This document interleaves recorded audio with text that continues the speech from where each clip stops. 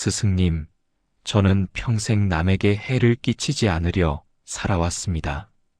제자가 무릎을 꿇고 앉아 말했습니다. 그의 목소리에는 깊은 혼란이 묻어났습니다. 누가 부탁하면 거절하지 못했고, 누가 도움을 청하면 제 일을 뒤로 미뤘습니다. 밤을 새워서라도 남의 일을 도왔고, 제가 손해를 보더라도 양보했습니다. 제자는 말을 잇지 못하고 고개를 떨궜습니다. 그런데 시간이 지날수록 사람들은 저를 더 함부로 대합니다. 처음엔 고마워하던 사람들이 이제는 제 도움을 당연하게 여깁니다. 심지어 제가 바빠서 한번 거절하면 서운해하고 뒤에서 제 흉을 봅니다. 제가 잘못 살고 있는 걸까요? 스승은 잠시 침묵했습니다. 그리고 천천히 입을 열었습니다. 내가 흘려보낸 것이 선행인지 아니면 복인지 먼저 알아야 한다. 제자가 고개를 들었습니다. 복을 흘려보냈다는 말씀이십니까? 그렇다. 복은 무조건적인 베품 위에 머물지 않는다. 복은 지혜로운 선택 위에 머문다. 스승은 마당에 떨어진 꽃잎 하나를 집어들었습니다. 이 꽃잎은 아름답지 않느냐? 그렇습니다. 그렇다면 이 꽃잎을 아무 곳에나 뿌린다면 어떻게 되겠느냐? 진흙탕에, 먼지 위에, 짓밟히는 길 위에 놓는다면? 제자는 대답하지 못했습니다. 내 선의도 마찬가지다. 분별 없이 모든 이에게 베푸는 것은 선행이 아니라 집착이다. 거절하지 못하는 착함은 결국 너 자신을 소진시키고 상대방에게는 의존심을 심어준다. 스승은 꽃잎을 조심스럽게 내려놓으며 말을 이었습니다. 처음 내가 도움을 줬을 때 사람들은 감사했을 것이다. 하지만 2번, 3번 반복되자 그들은 생각했다. 이 사람은 언제나 도와주는 사람이구나. 그리고 10번째가 되었을 때 그들의 생각은 이렇게 바뀌었다. 이 사람이 도와주는 건 당연한 일이야. 그럼 어떻게 해야 합니까? 싫다고 말할 수 있어야 한다. 거절은 냉정함이 아니라 경계를 지키는 지혜다. 내가 아니오라고 말할 수 있을 때 비로소 내 예가 진정한 가치를 가진다. 하지만 스승님, 경전에서는 자신을 버리고 남을 이롭게 하라고 하지 않았습니까? 제자가 반문했습니다. 스승은 미소 지었습니다. 그 가르침을 제대로 이해하지 못했구나. 자신을 버리라는 것은 자신을 학대하라는 뜻이 아니다. 집착과 아집을 버리라는 말이다. 스승은 물동이를 가리켰습니다. 저 물동이를 보아라. 물동이가 비어 있으면 물을 담을 수 있다. 하지만 물동이 자체가 깨져 있다면 어떻게 되겠느냐? 물이 새어나가겠습니다. 맞다. 내가 너 자신을 돌보지 않고 계속 비워낸다면 너는 깨진 물동이와 같다. 아무리 좋은 물을 부어도 담을 수 없고 결국 다른 이에게도 줄 것이 없어진다. 스승의 목소리에 힘이 실렸습니다. 자기 자신에게도 복을 지어야 한다. 내가 건강하고 충만할 때 비로소 진정한 도움을 줄 수 있다. 나를 소진시키는 희생은 오만이다. 마치 내가 모든 것을 감당할 수 있다고 착각하는 것과 같다. 제자가 다시 물었습니다. 그렇다면 누구에게 베풀고 누구에게 베풀지 말아야 하는지 어떻게 알 수 있습니까? 상대의 마음을 보라. 스승은 차를 한 모금 마시고 말했습니다. 고마워할 줄 아는 사람과 고마워할 줄 모르는 사람의 차이는 명확하다. 감사하는 사람은 작은 도움에도 깊이 고마워하며 그 은혜를 기억한다.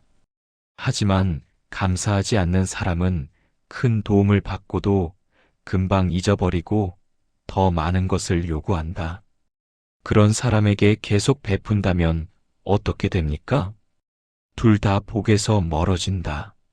주는 사람은 자신의 에너지를 낭비하며 원망을 쌓고, 받는 사람은 모든 것을 당연하게 여기며 교만해진다. 이것은 선업이 아니라 악업을 짓는 것이다. 스승은 하늘을 바라보았습니다. 진주를 돼지 앞에 던지지 말라는 말을 들어봤느냐? 그 의미를 이제 알겠느냐? 귀한 것은 그 가치를 아는 이에게 주어야 한다. 그래야 그것이 진정으로 살아난다. 스승님, 제 친구 중 한 명은 항상 같은 문제로 고민합니다. 제자가 조심스럽게 말했습니다.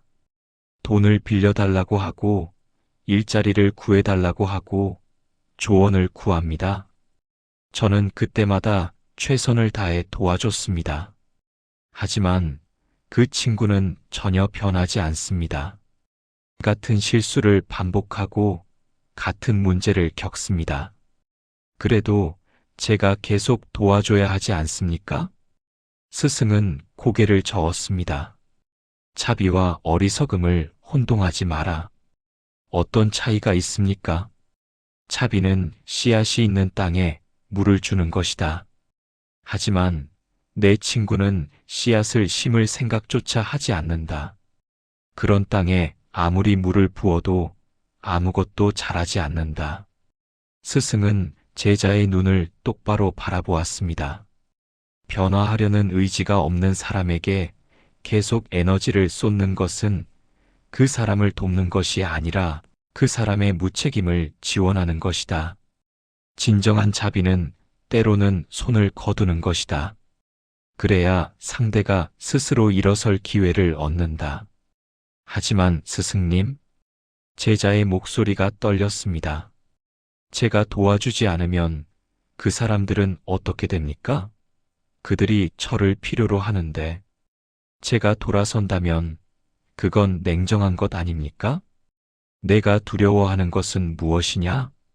스승의 물음에 제자는 잠시 침묵했습니다. 그들이 저를 싫어할까봐 두렵습니다. 제가 나쁜 사람이라고 생각할까봐 무섭습니다. 바로 그것이다. 스승은 손뼉을 쳤습니다. 내가 베푸는 이유가 진심에서 우러나온 것이 아니라 미움받지 않기 위한 두려움에서 나온 것이다. 이것은 선행이 아니라 집착이다. 사람들의 인정에 대한 집착, 좋은 사람으로 보이고 싶은 집착이다. 제자는 아무 말도 하지 못했습니다.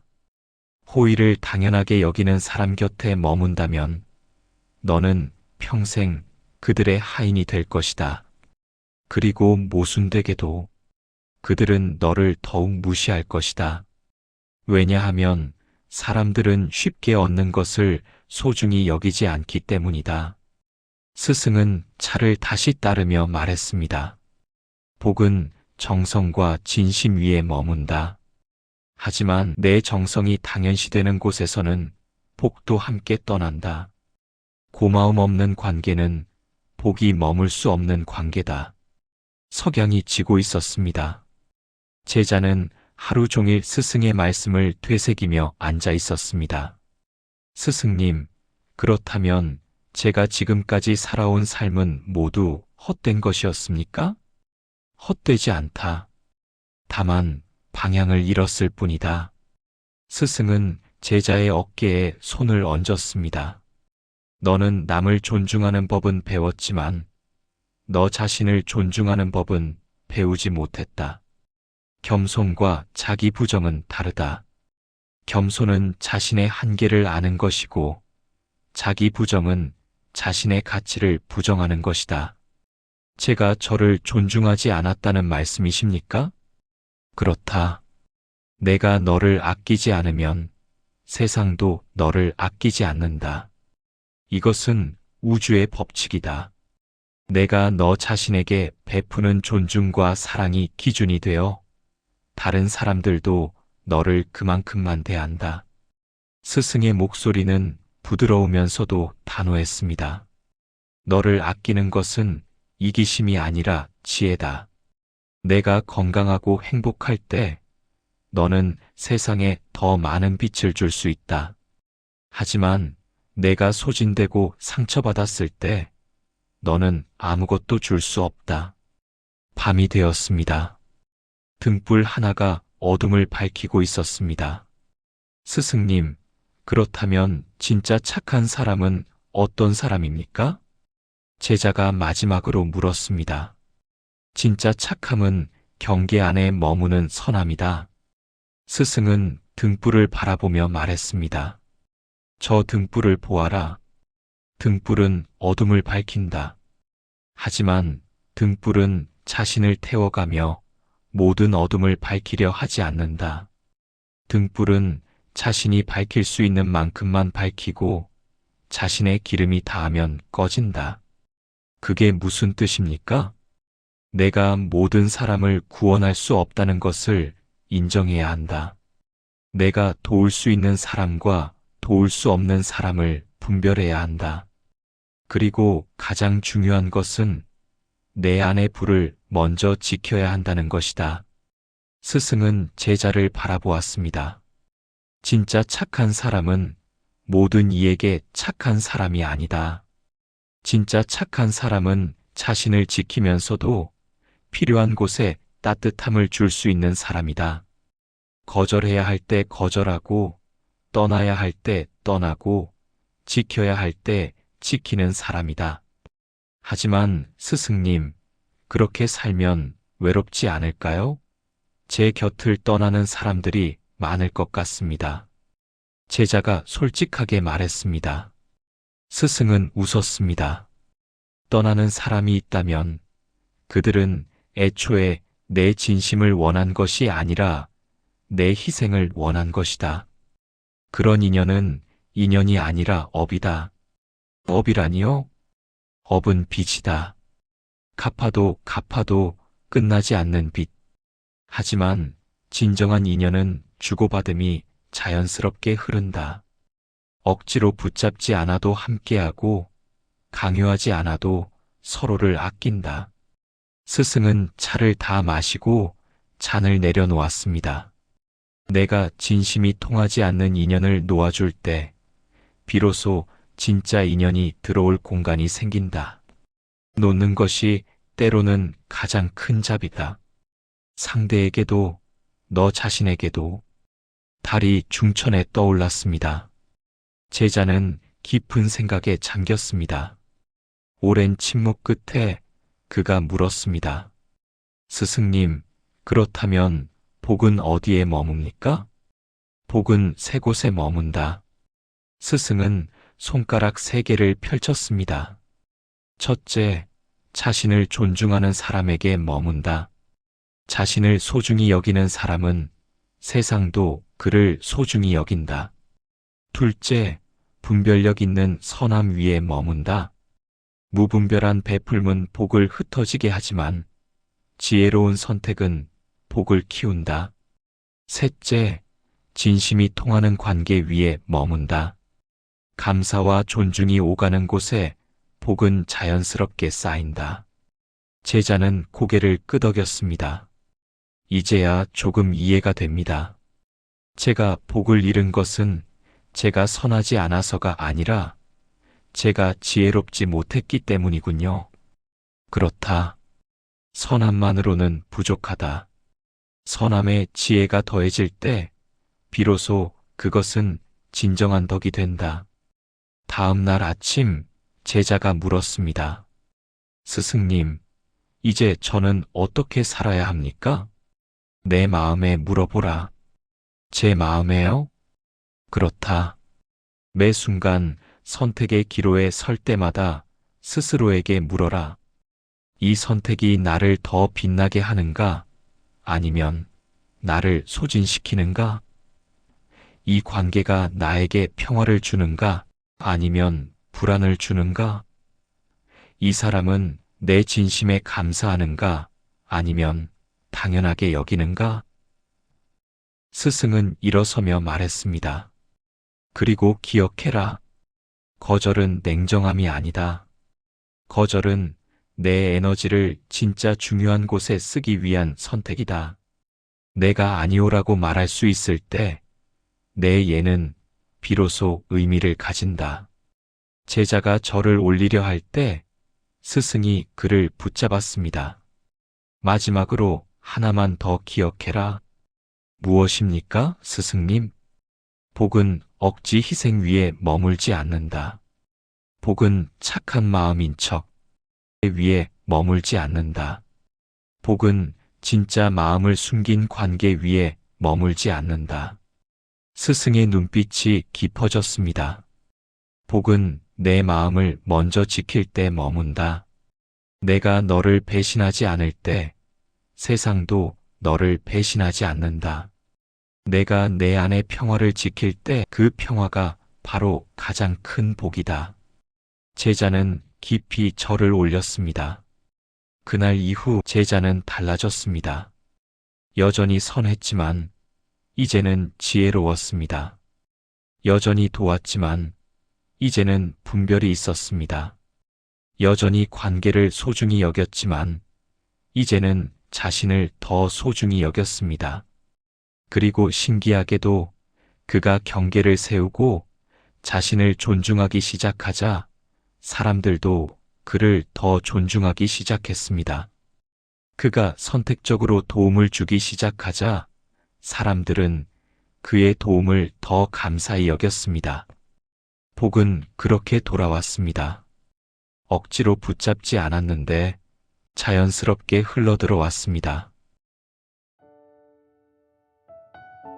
당신이 누군가를 도울 때 그것이 진심에서 우러난 것인지 아니면 미움받을까봐 두려워서 하는 것인지 솔직하게 들여다보세요.